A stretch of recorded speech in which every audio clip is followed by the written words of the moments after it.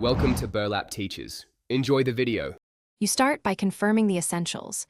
Your iPhone runs iOS 13 or later, and CarPlay is allowed in settings.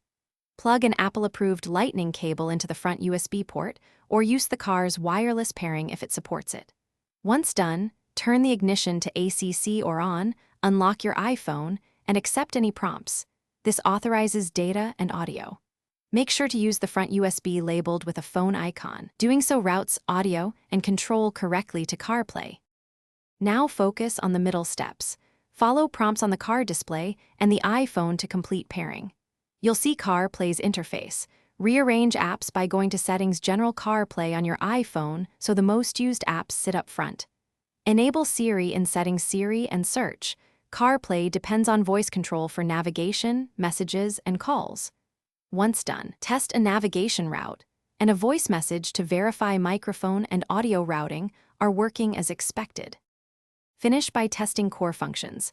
Start navigation, make a call, and play music to confirm CarPlay controls, mic pickup, and audio output.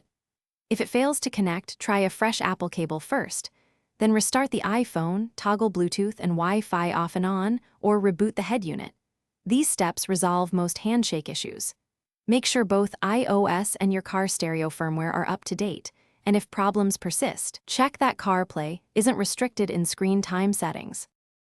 Thanks for watching. Consider subscribing if this video helped you.